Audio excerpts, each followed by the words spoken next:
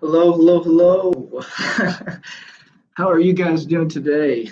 We are going to be talking about practicing, but before we practice, I thought I would get myself ready. I literally just got in. I was taking Akaba, who actually you can see right there, for a little walk, just so that he hopefully stays a little bit more calm while we do these. That's where his cage is, by the way. Right now, I've emptied this room. This room just has this table that you guys will see in a moment, and my bookshelf and these mirrors, and really just working on getting this made into a studio. By the way, yesterday I had my auction with Potter and Potter, and I was hoping to grab that photo of Francis Carlyle for the Carlyle Club, but unfortunately,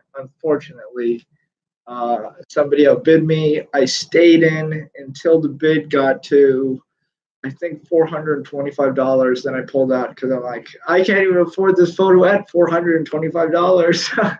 And I don't know who I was bidding against. I suspect that I was either bidding against David Copperfield or more likely Ricky Jay. And I don't have that kind of money, so I doubt they would have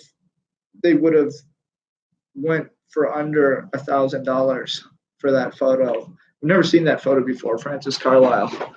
If you guys don't know what I'm talking about, check a few weeks back in the Patreon post. I posted a link to it.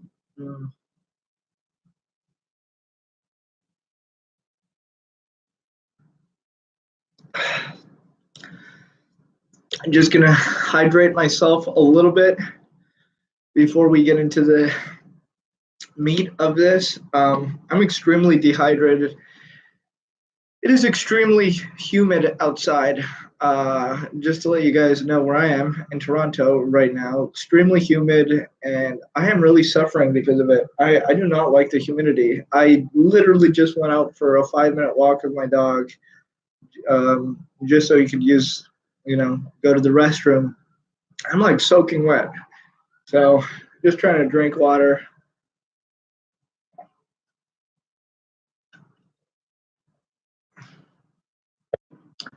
All right, hydrated. What we're going to need today to talk about practice, and this is something you guys all should have, is 3 decks of cards. The first deck that you're going to have is a deck that's worn out. You can see that this is an older deck. It has some damage to it. It's all sort of bent up, crimped up. You can see those crimps and bends. This has been a deck that I just sort of use when I'm on my couch or my balcony, and I just throw the cards around and play with them constantly. I don't even have the box for this anymore. This is called sort of a poop deck. So you're going to have an older, more worn out deck.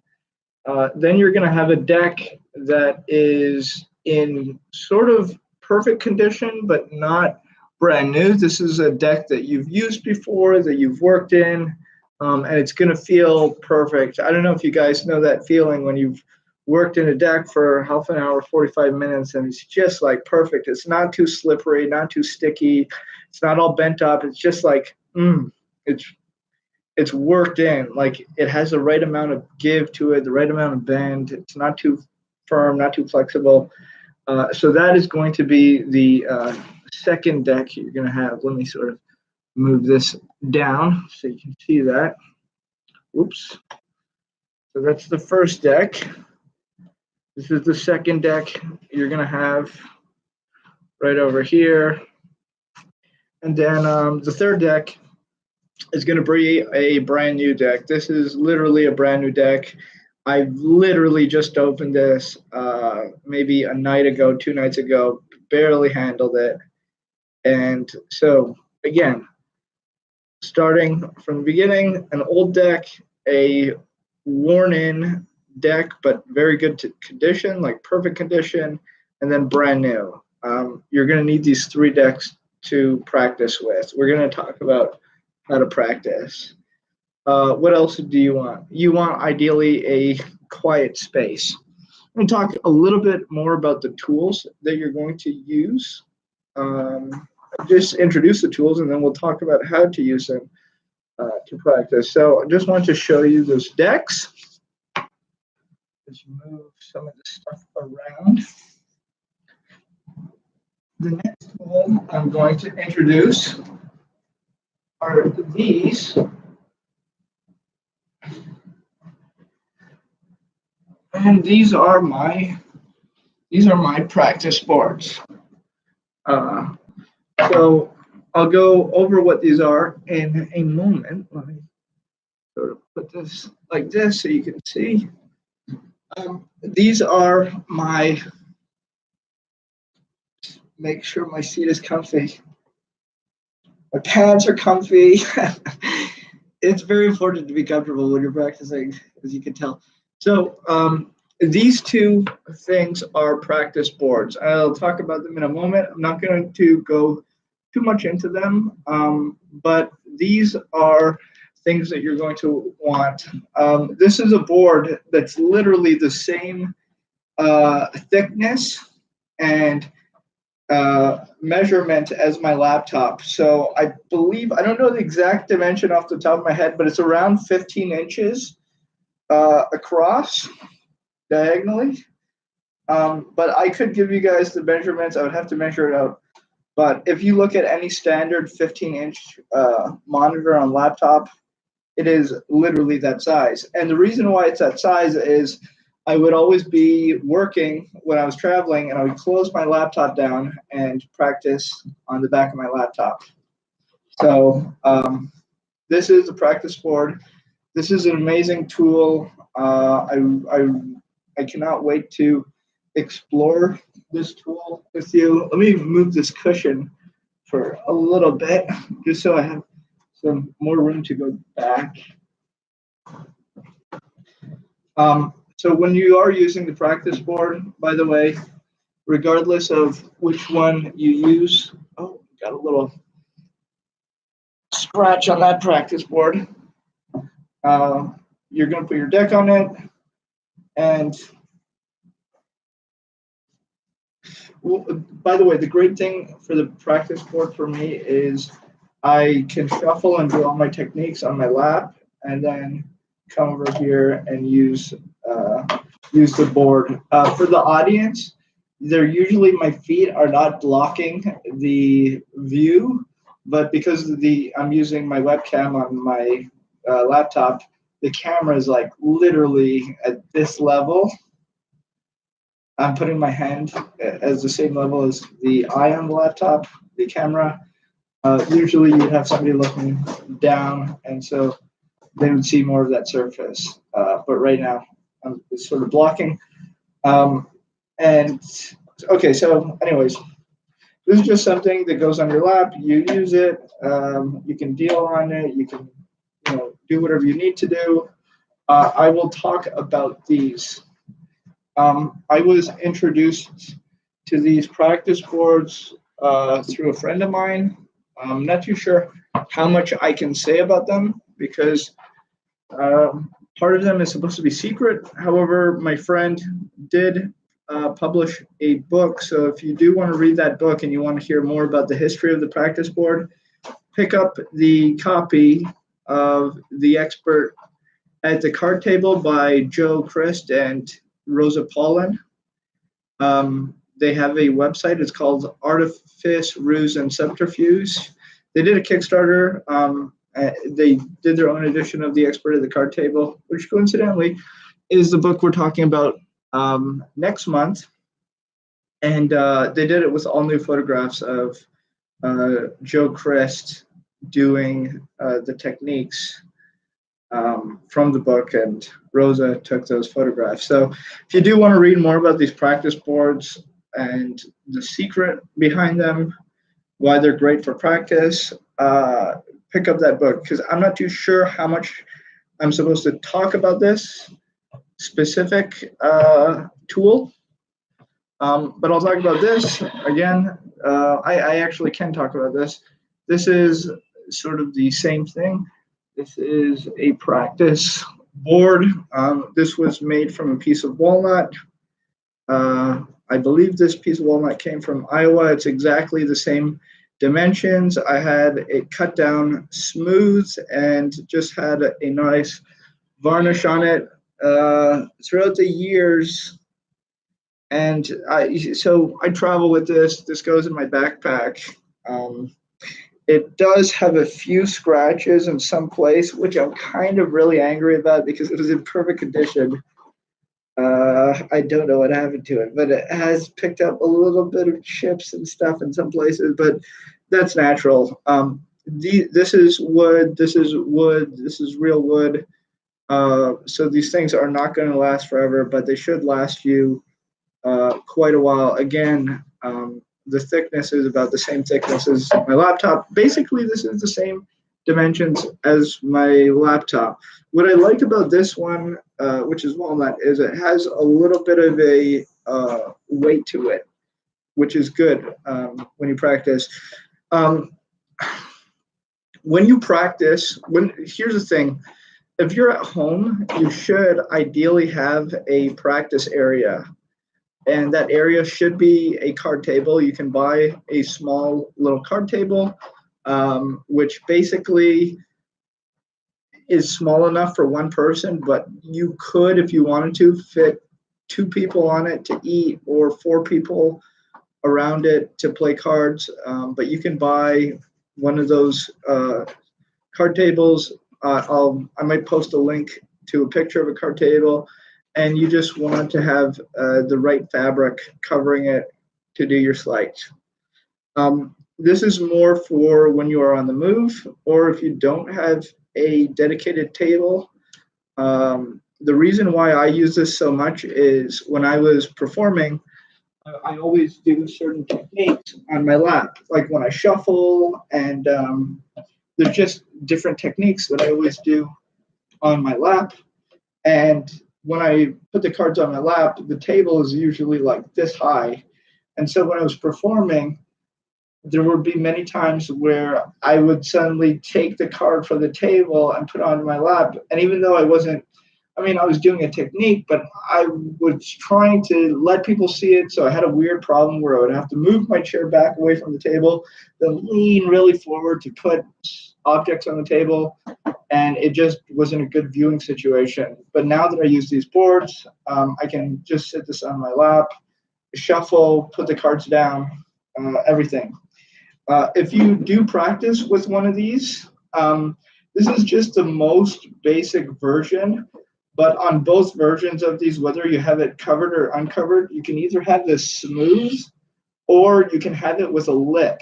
And what the lip would be is just a raised edge on this side, on this side, and on this side, and have this flat. This allows you to pick up objects smoothly. But if you're like dealing cards out or putting cards, and this is sort of at a little bit of an angle, if it's not perfectly straight, you can put those cards down, and even though they slide a little bit, they will not fall over the edge because of that raised lip. And it's just a small raised corner. I don't know how big that lip would be, maybe a centimeter. I'm not too sure of the measurements, but it would be just a small raise.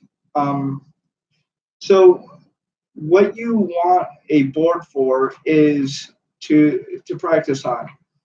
It is realistic. It simulates working on a table. You just put it on your lap. You can travel with it, shuffle, do whatever you want. This is your surface. And the reason why I have two surfaces is I like to practice on that, which is more of a close-up pad type surface. It doesn't have as much give. It's not as soft as a close-up pad because it doesn't have any padding underneath this, but it does have that sort of texture. It's very similar to if you were working on a card table with cloth, or if you go to a casino and they have that casino table. Casino tables usually have a little padding. This doesn't have padding, but it's very similar to a close-up pad. It's actually you can do everything you can do on a close-up pad. On this, it's just a little bit harder, and I like it to be a little bit harder. So then when I do work with a close-up pad, for real, it's easier than when I work with this. So it's one of the secrets in magic. You always want your practice to be a little bit harder than what you're performing. So the stuff that you're performing is a little bit easier than what you're practicing. You always want your real skill to be slightly higher than what you are performing in front of your audience. You want to always be better than you're showing. If you're doing something that is the best that you can do and you can't do better, it's more likely that you're going to mess up when the time comes for you to do it. So just keep that in mind. And again, so I use that board, which has that surface, which is easy for me to work with doubles on, easy to do certain stuff, easy to pick up cards from for the most part. And this, which is a wooden surface, which is a lot harder. When you put a double down, for instance, got to reach for that deck. When you put a double down, it's much harder. You have to be much more aware of what you're doing, the technique, and it also teaches you how to slide double, because usually when you have a double on a surface, wooden surface or glass surface like this, the only way that you can really pick it up is to pull it to the edge and do a quick readjustment if it gets a little bit misaligned, and then lay it back down. And this sort of allows me to practice that. I just screwed up. But this allows me to practice that. Try that again. So again, you just want to use this, practice all your card work. It's also much harder to shuffle on this surface.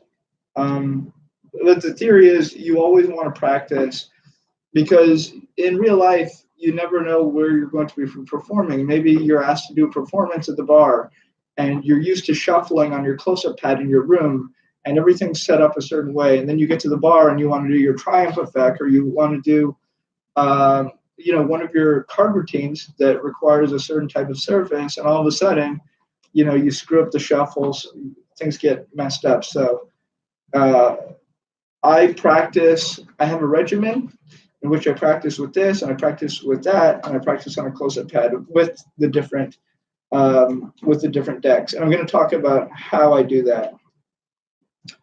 So before I talk about the specifics of the practice, I want to talk more about just the general theory of practicing before we get into the specifics of how do I practice. When you practice, I'm going to actually bring this cushion back here, make this a little bit more comfortable. A little bit more comfortable. So when you practice, you want to be comfortable. You want to be alone. A lot of people say that they practice 8 hours a day, 10 hours a day, 16 hours a day. It's not true. There are guys like Richard Turner and, a lot of the cardistry kids these days who constantly have cards in their hand. I would recommend it as well. Always have cards on you, always have cards that you're playing with. It just helps you in your general handling and skill. Danny Ortiz always has cards in his hands. But that time that you're spending with cards in your hand when you're watching TV or you're walking down the street or you're just, on the bus or you're, doing something like that, that is not, to me, practice. Practice is something that's very specific, and you need to practice with a goal in your mind, and your practice always needs to be focused around a routine, or what I mean by routine is something that simulates real life. You don't want your practice to be a waste of time. So, for example, let's say you're practicing. Get this to give you an example here. move this slightly back so you guys can see this. Let's say you are going to be practicing false dealing. What you would do is, usually when people practice false dealing, you'll see them, they're dealing boom, boom, boom in one pile, and it's not real. Or they're dealing 1, 2, 3, 4, 1, 2, 3, 4. It's not real, because when you're doing that dealing motion, you would never be dealing in these piles. If you're dealing for a gambling routine, deal where you would actually deal. This is going to help you train your fingers and your muscle memory and everything so that you're doing it for real when you're practicing. You're not practicing one way and then performing another way. And so what you're going to do to help you do that is use these coins. You're going to lay these coins out. One coin to you, which is you are a player. One coin out here is the second player. You guys can barely see that. Actually, you guys can't even see that. I'll be generous and put the second player over here. One to the third player, which is in this corner. One to the fourth player, which is in this corner. And one to the fifth player, which let's again be generous and say it's over here. Okay, so now when you're doing your dealing and you really are dealing those cards out and you're practicing your false deals, you're practicing them for real, sailing those cards, throwing them in each direction. And that way you're actually practicing the way that you will be using that technique. When you are practicing, always practice as if you were doing it for real. Okay?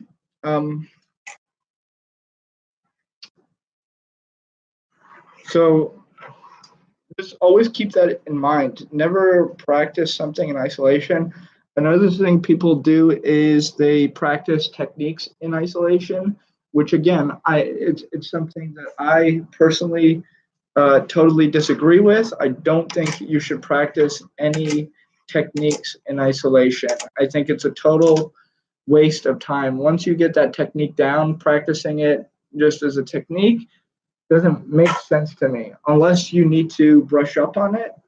Just sitting there doing a pass 100 times over and over and doing that every day, I don't think is going to make it any better. The same with, I believe, second deals, the same with anything. Repetition does not make you better. Repeating something makes you better at doing it the way that you're doing it. It's not going to make it closer to what it should be. You should work on getting those techniques as good as they can be, as slow as you can do them so that it's perfect, and then work on building that speed up once you understand that technique and what's going on.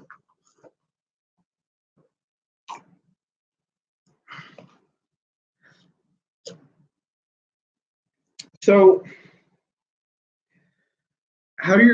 another thing about practice, before I get into the routine of practice, for me personally, I get bored with certain types of practice.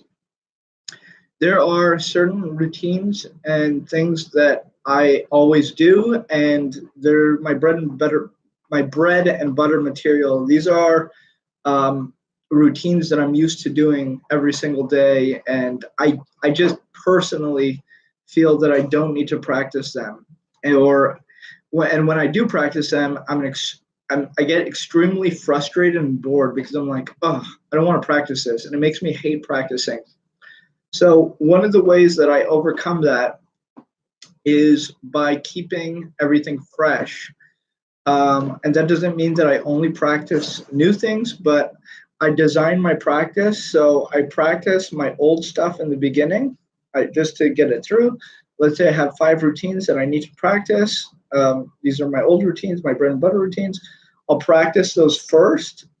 And then once I'm finished practicing those, I'll then move on to that new routine that I'm working on. And so I save that to the end, that new routine, just because it's like exciting for me. It's more challenging, and saving it for the end is like a reward. So it's like, okay, as a reward for practicing the old stuff, I get to practice the new stuff, and it just helps it keep it interesting for me. Because otherwise, I would just be way too bored practicing old material. I'd just be like, oh, I don't want to practice this. Let me just focus on the new stuff. And that's the wrong way to approach it, because you should always be practicing all your material just to, just to keep it active. It's like going to the gym and you've been working out a certain muscle, right? Let's say you've been working out your biceps, or I don't know, well, I don't know, any muscle, and you've been working it out and it's getting, stronger, the muscle's growing, and would you say like, oh, you know what, that muscle is already big enough, you know what, I'm going to stop working out that muscle completely, I'm just going to work on this new muscle? And it would be as stupid as that, because what would happen is that muscle that you've been working on, that's been getting stronger, that's been growing, without working it out, will slowly get weaker. And that's what happens with your magic. When you work out something that becomes really strong, if you stop touching it, if you stop practicing it, if you stop using it, it'll become weaker. It'll be like if you're doing a show and you do a certain piece like hundreds of times, and it's getting really good, and a lot of people are seeing it, you're able to experiment, it gets better and better, and then suddenly you're like, the run of the show's over, I'm going to stop performing that material.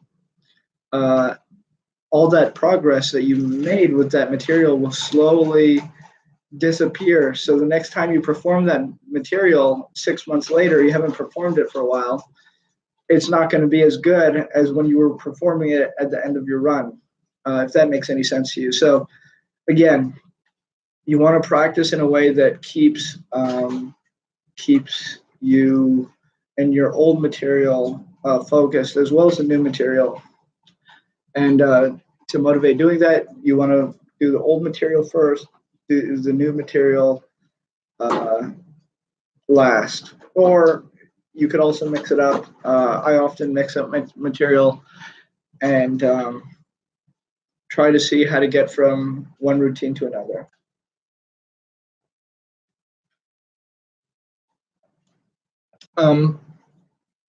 We're going to talk about mirrors.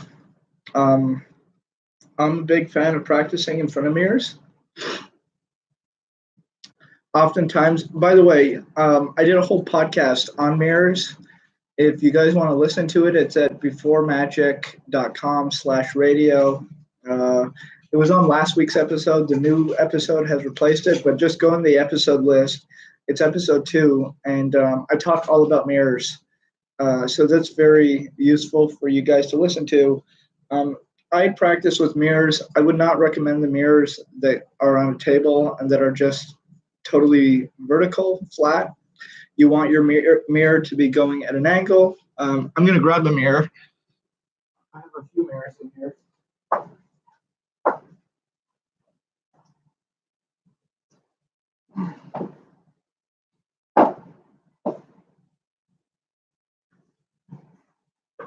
So this is one of my mirrors. This is the mirror that I usually practice with. This is from IKEA, and it's pretty inexpensive. And the way that I practice with it, by the way, I want to show you something here now that I have you with the mirrors. When the mirror is perfectly straight, and my camera is perfectly straight, everything looks flat. As soon as I move it back, the whole perspective changes. If you're looking at that deck of cards, for instance, just put these cards right here, okay, and this is flat. It looks one way. This is not how the audience sees. The audience sees more like this. They see at an angle downwards. They don't see stuff flat like this. So you're going to want to angle your mirror downwards towards you, if that makes sense. So I'll show you sort of from this side. Most people work with their mirror completely flat. That's the wrong way. You want to angle that mirror down towards you. So I would put the mirror at the end of your table, angling down towards you like this. Depends on how far down you want to see. Something like this is about the right angle for me. And I have a carpet on the floor, which is why the mirror isn't sliding. But if you don't have a carpet or you're worried about it, put your table up against a wall and then slide that mirror in between the table and the wall and then sort of angle it, and you can hold and pinch the mirror in between the table and the wall so that it doesn't fall. If in case you're worried, I've never broken a mirror, but I know people who have. But so, anyways, this angle is no good. It's not real. This angle is also horrible. Some people have the mirror where it's standing vertical, and then they have another wing here and another wing here, and it's a three-paneled mirror, and it opens up. You can see them. Many magicians use them. They're actually quite popular. I am not a fan of these. To me, they're no good because you don't see how an audience sees. You have to understand what's happening when you're looking at that reflection. You're looking double the distance and you're looking flat on. So the point that you're looking at is actually lower than the audience would be looking at. For example, let's say the mirror is flat. Right now, the mirror is pretty flat. Okay, and I'm just gonna be over here. You guys can see me. Okay, I really hope this mirror doesn't fall. It's sort of shaking. Let's say I'm practicing and when I'm looking at myself in the mirror, I'm looking right here where my eyes are. If I'm looking at the cards, I'm looking over here, okay? Because this distance is double. I have to look here and then that image is being reflected back, but I'm really looking here at the cards. So where you're looking at is basically where you would imagine the spectator's eye level looking at. And because that is so low, it's unrealistic. It's unrealistic for the spectator to be this low. The spectator's eye line is not going to be this low. The spectator's eye line is going to be over here, not over here. Okay? Does that make sense? This is something I realized by myself. I don't know if anybody's written about it, but when you're looking at yourself in a mirror and you're looking at your cards in your hand, you're reflecting over here, which is much lower than the spectator's eye line would be. So you're seeing at a lower angle than the spectator sees. That's why people practice and they're like, oh, why is a spectator seeing this? Like, they're not supposed to see this. I didn't see it in the mirror. Well, the mirror is not at the angle that your spectator's at, so it's pretty much useless. If I were to angle this down, like how I do, like this, it's much more realistic. That way, I'm looking over here. To see the cards over here, this is where I'm seeing, this is where I'm looking at. You guys can't see my eyes, but this is exactly where my eyes are to see those cards, which is much more close to where a spectator would be looking at in terms of their line of sight. And boom, it bounces straight down. So that's much more realistic. So just a lesson in mirrors and distortion. People don't really know about mirrors. I just want to tell you guys about it because nobody knows about this stuff. I'm gonna put this mirror back. Again, it is so humid in here. I'm like totally sweating just from moving this mirror around. That was hard work. Oh, that was actually hard work. It's hot, man. It is hot today.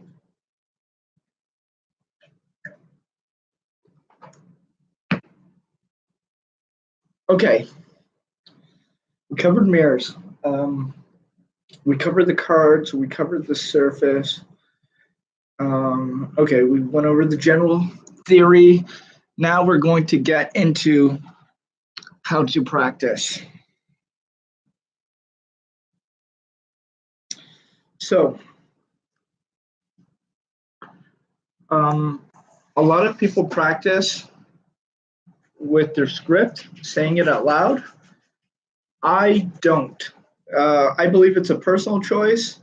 For me, if I practice out loud and I'm speaking out loud when I'm practicing, I feel that it deadens the the performance. I feel like if I practice out loud, then I'll become robotic in my speech. And so I go through my script inside my head as I'm doing the moves. I'm saying everything, but silently. My mouth isn't moving. Or maybe I'll be whispering it. But my mouth usually isn't moving. I'm thinking, I'm making all the moves like I would in the routine here. I'm giving the instructions like I would usually do, point, but I'm not speaking. And the reason why I do that is because I want to duplicate those emotions, that movement, as if it were real, but I don't want to talk. Because for me personally, if I feel like I'm talking when I'm practicing, one, I feel really stupid talking alone. Just personally, I don't like to do it. I just don't like it. I don't enjoy it. But that's not the main reason. The main reason is I feel like when I do it for real, I'll be missing that live interaction if I'm just repeating words in a certain way. I feel like the moves should be in a certain way, but the words should reflect more on the moment and the personalities, and it should respond to the people who are in front of me. Maybe I have somebody who's really funny or somebody who's really serious, or whatever the situation is. I want my voice to reflect that. So that's why I don't practice out loud. Another thing that you should do, and it's probably one of the hardest things in the world to do, is sit down and imagine how the routine should go from start to finish, the whole routine. See it as a movie in your head. And when you practice, it should be like you are performing that film. And what you need to do, if you really want it to get closer to that idealized version, is you need to record it. You need to record it and then afterwards watch it and make notes on where you are slow, where you can improve. Don't just make mental notes and be like, oh yeah, I get it. I'm a little slow here. No, watch it. Watch it and perform and record and watch it again. I'm going to tell you something that not a lot of people know. After every single one of David Copperfield's show, every single one of David Copperfield's show is recorded. And the show is, I think, 90 minutes. And sometimes he does the show 2 times a day, 3 times a day. After every single show, David Copperfield will either go to a hotel room, or he'll go to a restaurant, or he'll go back home, wherever he's going. He has his iPad or his laptop, and one of the assistants on the show will bring him a little USB with the video, and he'll sit down and he will watch the whole show. David Copperfield will watch his whole show after every single performance. Think about that for a second. David Copperfield, who's done I don't know how many thousands of shows, will sit down after every single show and watch his own show. And he'll sit there with a notepad and he'll watch himself and he'll look at it and say, where am I weak? What worked? Maybe he said a joke. Maybe something funny happened. Maybe, he, who knows what he's looking for. But he's sitting there watching every single minute of every single show, every single second of every single show, looking for ways to improve and writing those. And then putting those ideas into practice so the next performance is a little bit better. And that's how you become better. And this is something that we need to apply to ourselves. This is not, this is not like a mental illness where you have to watch everything that you're doing over and over. This is to improve. As I said, David Copperfield probably has an idealized version of his show, of every single piece, how it would be done perfectly in his mind's eye. And the reality doesn't reflect that. Make a little misstep here, you stutter here, you're not standing in the right spot. Maybe the spectator takes too long to come onto the stage. There's 2 seconds of silence here, ruins it. 3 seconds here, this is too slow. You really have to look at stuff critically. And we should be doing the same thing with our work. There's no reason not to. We have the tools. Everybody can record themselves. Now, to do this, you would need a camera. You would need to buy film. You would have to, set it up with a reel in your house and watch it. Nowadays, it's so easy. You just pop this on a little webcam. You put your phone against, put your phone against a wall, put your phone anywhere, and you record yourself and you watch and you take notes. This is my dog, I think, is having a little dream. He's like moving in his cage. His cage. Be good, buddy. So again, watch yourself, take notes. It will make a huge, huge difference. Let's get into the actual schedule of performing. You are going to want, again, to devote a quiet time. I usually, for me, do it in the afternoons around this time of the day. If I have nothing going on, I'll be practicing.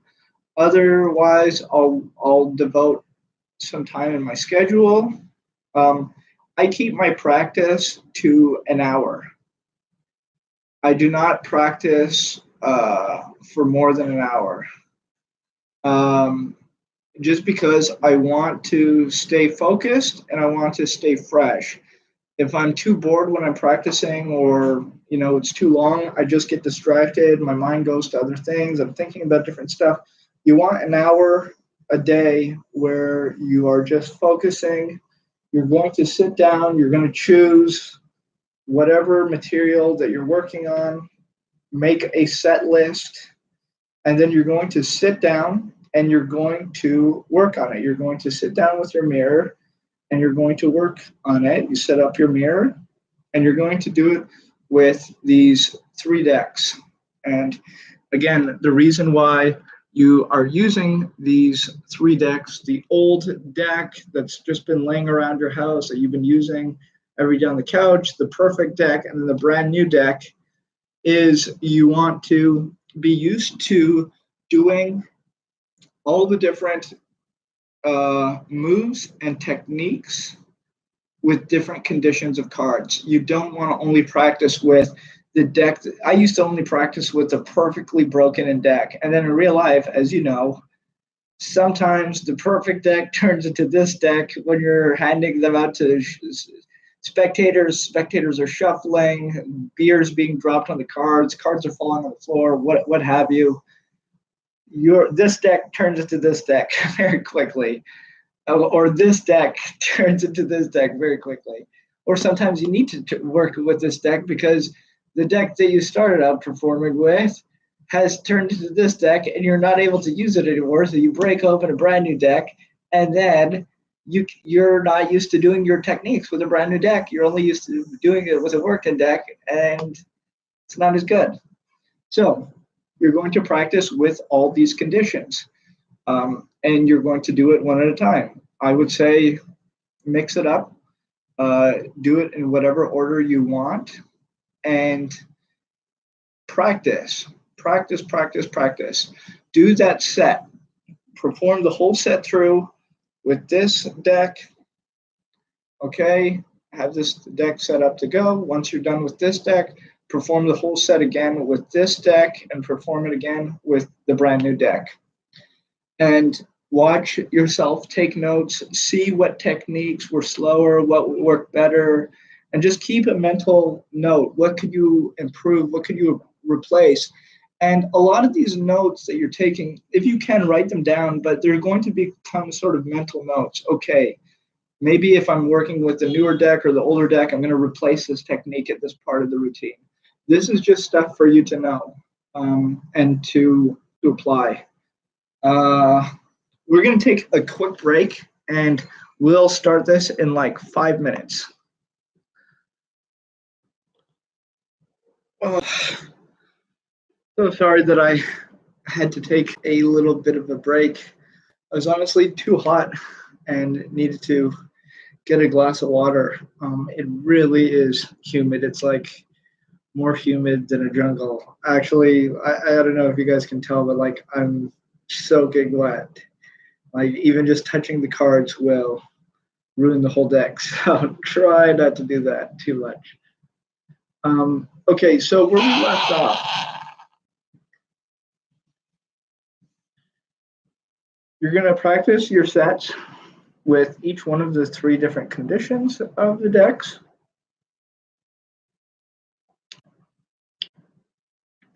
And on different surfaces, you're going to use, hopefully if you can, a wooden or hard type surface. It doesn't really matter if it's wood or glass. I mean, there is a difference in between wood and glass, but you want to practice on a hard surface.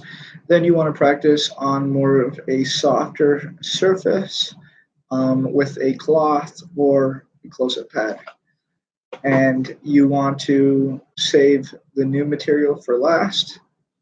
When you practice moves and techniques and routines, I would look at them as vignettes. I would try to practice by seeing them, as I said, these idealized movie versions, and break that movie down into little clips, little scenes of each action, each movement. So for every technique, I hope I'm not too wet to do this. Every technique, you're going to break it down into a series of moves. For example, I'll do my turnover pass. So we'll start with the 9 of diamonds on the bottom, and let's just pretend for a moment I had my board or the table, and this is cut into the middle, like this. Then cut into the middle, I do my technique, my turnover pass. This is horrible, just flash like heck. But I'm too wet. The cards are sticking. And I missed it. Wow. Just total fail. Just dropped these cards on the floor. You're going to, it's too humid for me to practice. When it's too humid, go outside. I should be doing this one outside today. But break down every single routine or technique into different movements, especially something that's very technically heavy. You want to make sure that you're doing those sleight of hand techniques the right way. You really do want to break up those moves and those techniques into little vignettes. And what I mean by that is like little clips of time. For example, that pass, which I just I won't even call it a pass. Did I just make a pass? No, I failed. I failed. um, Usually that has four moves in it, and it doesn't look like much, but there's four moves. There's the cut, there's the replacing of the finishing of the cut, and then there's a tap in, and then there's the turnover and closing. The revolving, the deck turns over and half the deck moves, and usually that's covered. I just failed. I missed both the card. I flashed. It was just horrible. It's like just just shameful, shameful. I really need to practice. But again, you know what? I'm not going to blame. I'm too good to blame the angle of the camera. I'm not going to do that. I was just horrible. Um, you want to break these up into little moments, and then uh, make sure you're doing it properly with the different condition of the decks. And your practice should be intense, especially if you are trying to figure out a move and make it work properly. You should be sitting in front of the mirror and doing it over and over. And you don't necessarily have to practice routines during your practice. If you want to, that's great. You can devote your hour to a single technique. Um, if you devote your hour to a single technique, that is absolutely fine. Um, but you're going to want to sit there, focus on it, and do it over and over again. Make sure you have that mirror angle towards you so you're seeing the proper angle, and you're going to want to do it over and over and over, and make sure that you've broken that technique into a different element. People think, oh, a technique, it's one move. A technique is never just one move. A technique has multiple movements in it, whether that's one hand moving to another hand, fingers closing, fingers moving, cards moving. There's always little details, little movements. Think of them as steps. When somebody is describing a sleight in a book, it's like, okay, step one, pick up the deck, put it in your left hand, and this finger is going to go in this position.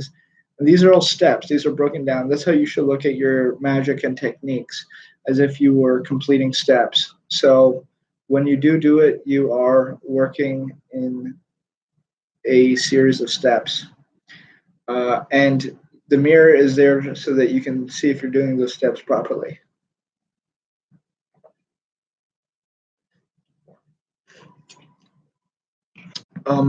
It should be intense, and you should be critiquing yourself. Every single practice session should be critiqued. You're usually practicing alone unless you have a teacher who's watching you. When you have a teacher, practice becomes much harder. I learned this when I was running the Conjuring Arts University, and one of the instructors who I worked with the most was David Roth. And at the beginning of every week, his students had to perform the techniques and the routines that he had taught them to show, the progress. And I'm telling you, man, when those students were performing in front of David Roth, it was very challenging for them. There was a lot of pressure. David Roth is watching. Okay, he's your thumb. He'd be complaining, your thumb. Why is your thumb over there? No, no, no. You got to do it like this. You got to do it like this. Put it in your hand. Relax, relax. you know, um, when you have a teacher, it's the critiquing phase is much more brutal. But you should have a teacher. You should have a friend that you show stuff to and that you get together with, whether it's online like this, which is why I designed the sleight of hand tier on Patreon, which is sort of Actually, it's not like this at all. It's working on sleight of hand, and it's a lot more intense. I've had a few students, uh, and to tell you the truth, they have all quit. The practice was too intense. Nobody wanted to do the practice, so after a few weeks, they're like, "We, Betty, can't take lessons from you anymore." It's like it's fine. I hope that they learned from it and they got what they needed to get out of it. But yeah, it is not an easy thing. So don't go into this thinking it's going to be easy. If you don't have somebody to critique you, somebody who is better at you at a certain technique, you're going to be critiquing yourself. And the way that you're going to do that, as I said again, is through video. You are going to critique yourself through video. Record yourself at the right angle. You don't need a lot of money to set up things the right angle. You can literally stack up books. You can find a place to wedge in your phone or your laptop. Maybe you're balancing your laptop on a bench or a set of books or whatever you have laying around in your house, and you're setting it up in the right angle, so that where a spectator would be watching you from, and you're going to perform uh, like that, and then you're going to sit down after. You're going to watch those videos, and you're going to step by step look at it and critique it. Okay, that finger's in the wrong position. Oh, I hesitated here. This looks a little weird. And you're going to make those notes. And once you make those notes, whether those are mental notes, physical notes that you write down, whatever, the next practice session, you're going to put it in. The whole point of practicing is to bring the idealized version into reality. That's what the whole purpose is, figuring out for yourself what is the idealized version of this move or this routine, building that movie in your head, that perfect movie. And some of these routines, some of these techniques, you do have an idealized version that's already been captured on video. If I'm working on a routine from Ascanio, I will, and I have a whole thing where I don't recommend learning too much from video, but in some cases you do want to just sit there and watch it done perfectly, and then you want to be able to duplicate that through what you're doing. So it's not bad to have a model of success, but if you don't have a model, if you're working on a routine from a book that you've never seen anybody perform, or you want to perform it your own way, or whatever, you need that movie in your head. You need that idealized version. And practice is 90, I don't know, I'm not going to give you a number. I would say maybe 90% mental. And that's the difference. When you're sitting down on your couch watching Netflix, or on this bus, or at the park with headphones on, and you're just practicing and you're just messing around with cards, that's not practice to me, because practice requires 100% of your mental energy. You are working. You are not just juggling. You're working. So that's the difference. You should practice every day. It's just a great thing to build that discipline so that you're practicing every day. It's just like anything else. It's like, oh, I go to the gym every day, or I go, I go for a walk every day, or I brush my teeth every day. you know, it's just one more thing to build into your schedule, and it should be important enough that you do schedule time for it. I know Rene Lavande and practices at the beginning of every day, and at the end of every day, he'll just go through. I don't know exactly what he'll practice, but I know that he practices some stuff with his Rosario deck, which is his memorized deck. He'll do that at the beginning and end of every day, and the same with Juan Tamariz. At the beginning and the end of every day, so I guess as soon as they wake up, or maybe just after they wake up, they will sit down and they will practice a routine using that memorized deck. And at the end of every day, they'll do that as well. And so for these guys who are, much older and who have much more experience, you'd say, why they need to practice? They've been doing this for, 40 years, 50 years. Doesn't matter how long you practice. Just as I said at the beginning, if you were going to the gym, it's not like, yeah, I've been working out for, I've been working out for 10 years. I don't need to work out anymore. I'm in shape. I don't need to work out anymore. It's like, well, you're not going to stay in shape for very long if all of a sudden you just decide to stop working out. And so it's the same with this stuff. You should make it into a daily habit. Maybe don't have an hour a day. Whatever you have is better than nothing. Maybe you can only do 10 minutes a day or 20 minutes a day. That's fine. You're going to set that time aside every single day, whatever you can give every day. Don't say you're going to do 20 minutes a day and then you skip it for a week and you say, okay, I'm going to make up for it and do like an hour and a half on that day. It's no good. It's better to do a little bit every day than to do a lot all at once. So whatever you're comfortable with, set that time aside where you sit down, you're quiet, you have your table or your board or whatever it is that you're practicing, and your mirror, and you really sit down. You record yourself. If you want to record yourself, I recommend recording yourself.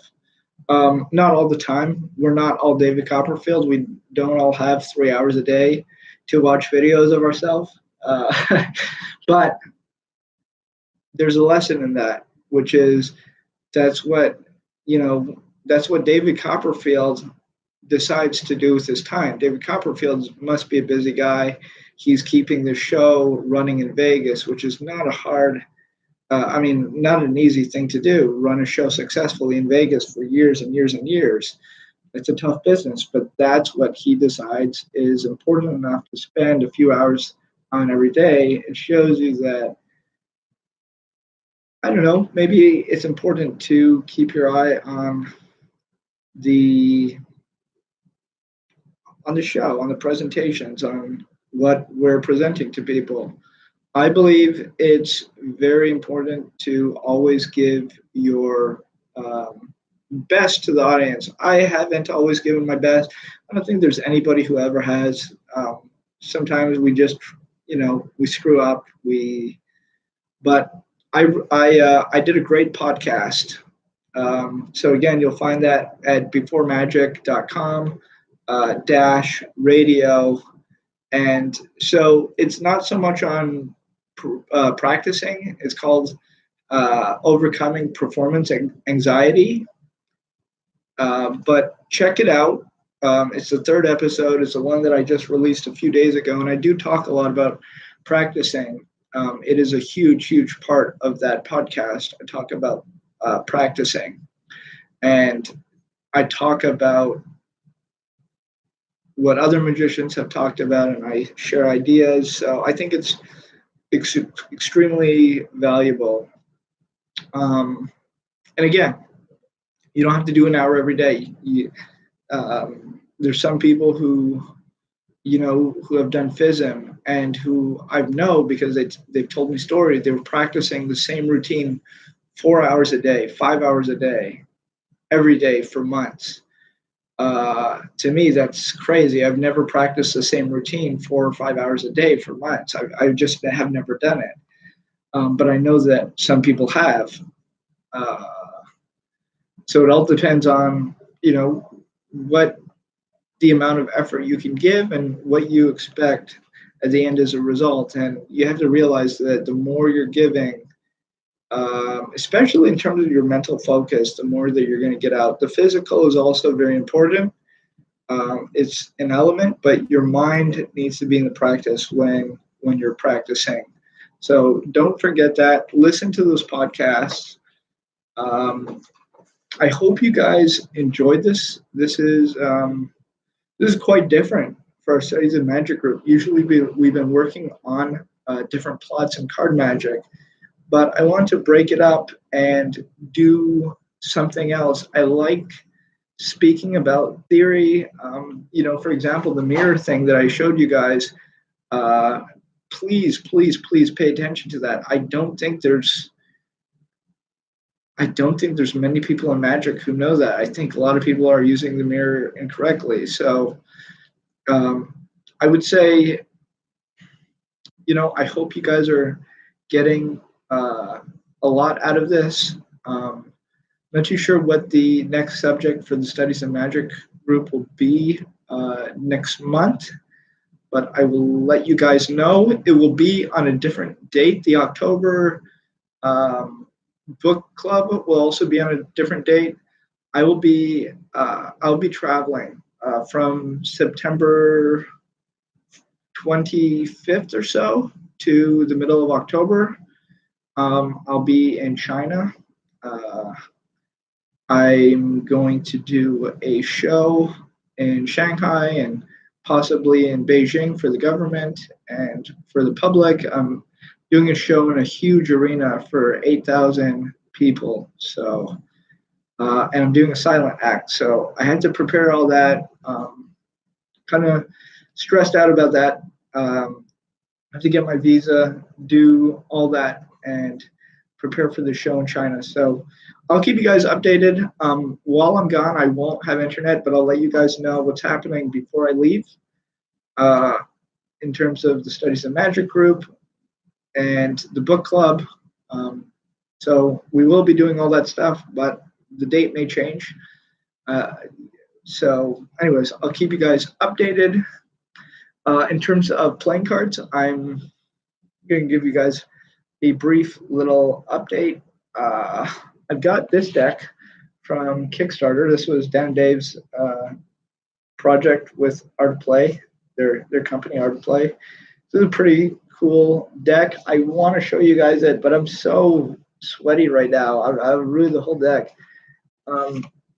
Hidden Leaves was hugely successful when it launched on Kickstarter. A lot of people have been asking me to do another version, and I'm proud to say that I am working on a new version. I'm actually working on a few decks, but hopefully I'll be able to get another version of Hidden Leaves out soon. I'm not too sure what the timing is going to be on that.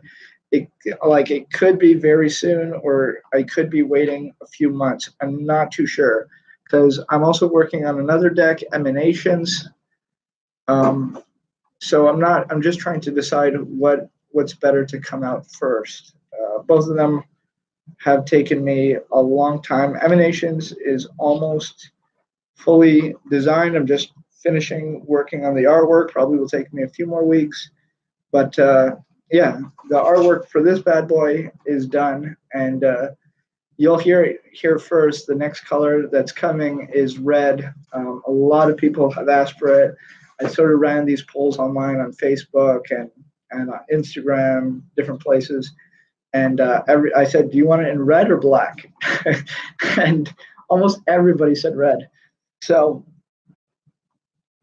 the red version will be coming soon. I don't know when, but it will be coming soon. Other than that,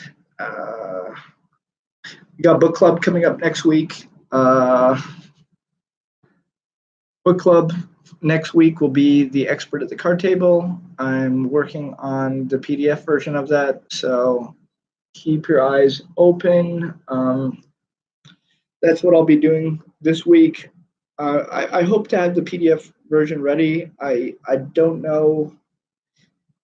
There's a few stuff I have to get handled first this week. I need to do my China stuff as soon as I can, but I will keep you guys all updated. It's just constantly in my mind. It's like just nervous, It'll be the biggest audience that I have ever performed for. The biggest audience that I performed for right now is 2,300 people, and that was massive for me. It was like it's just huge. It's huge. It's just a wave of people. So I can't really imagine 8,000 people right now. I don't know what that would be like, but I'm pretty nervous. So, anyways, wish me luck. I'll keep you updated on the routine that I'm working on. It's a silent routine. Um, there's not much more to say on it right now, other than I am working on it, and it will be pretty fun. Be pretty fun. So yeah, keep your eyes out for the next ones. Pretty excited, and I will see you guys in the next one. Also, my YouTube's been demonetized, so that sucks. But anyways, keep your eye out. I'm planning to do new videos soon. Just got to take care of some business first. Cool. Again, thank you guys for watching. As usual, thank you guys for supporting my Patreon. I really, really, really enjoy doing this with you guys. I really hope that you guys enjoy it as much as I enjoy doing it. In the future, I want to have more of an interactive component. So I don't know how. Maybe I'll ask you guys personally, but if you guys would like to be in the live stream with me as like a little window, I'm thinking of incorporating something like that in the future. So we have like a panel of people, so it's more of a discussion. But I will let you know once I figure out the technology for that. I know that we can do it with Google Hangouts, but then, anyways, Google keeps changing the platform. So I'm going to figure out how it's done. And I would like to do something like that, but we'll see. Anyways, make yourself a board. We can talk a lot more about these boards. There's a lot of benefits to this. And I didn't even talk about the technical details of this. If you guys have ever read the Del Rey book, Del Rey talks about his table, and his table had a lot of electronics built into it with magnets and other stuff. These pieces of wood can be built the same way to have things inside them and secret things. So maybe one day we'll talk about these. But I would suggest getting one made for yourself. If you want, we could talk more about them. But right now, I would say just find a size that you like, maybe a close-up pad size that you like, something that you think would be comfortable on your lap. Not too big, not too small, although you can do pretty small and it will still work. But just something that you can shuffle and practice certain moves on your lap constantly, even when you aren't sitting at a table, which is not considered practicing, but it's still practicing. It's just like a comfort thing, when people see me handle doubles, they often remark, "Oh my gosh, like how are you so good at it?" Like it's just automatic. And the truth is, it is just automatic. I've done all the work to figure out techniques before, and then like I sit on my couch or whatever, I'm just doing all this stuff with doubles. And by doing stuff thousands and thousands of times, you don't think about it. Your body just automatically knows how to pivot the cards, how to put it down, how to turn it over, how to do all these things. So repetition. Anyways, I'm going to cut myself off because I'm rambling. Okay, guys, this is it. So enjoy your weekend, and I'll see you soon. And yeah, I'm excited to share with you what I'm preparing for China. It's totally new for me, so I'm pretty excited. All right, have a good weekend, guys, and thank you for watching.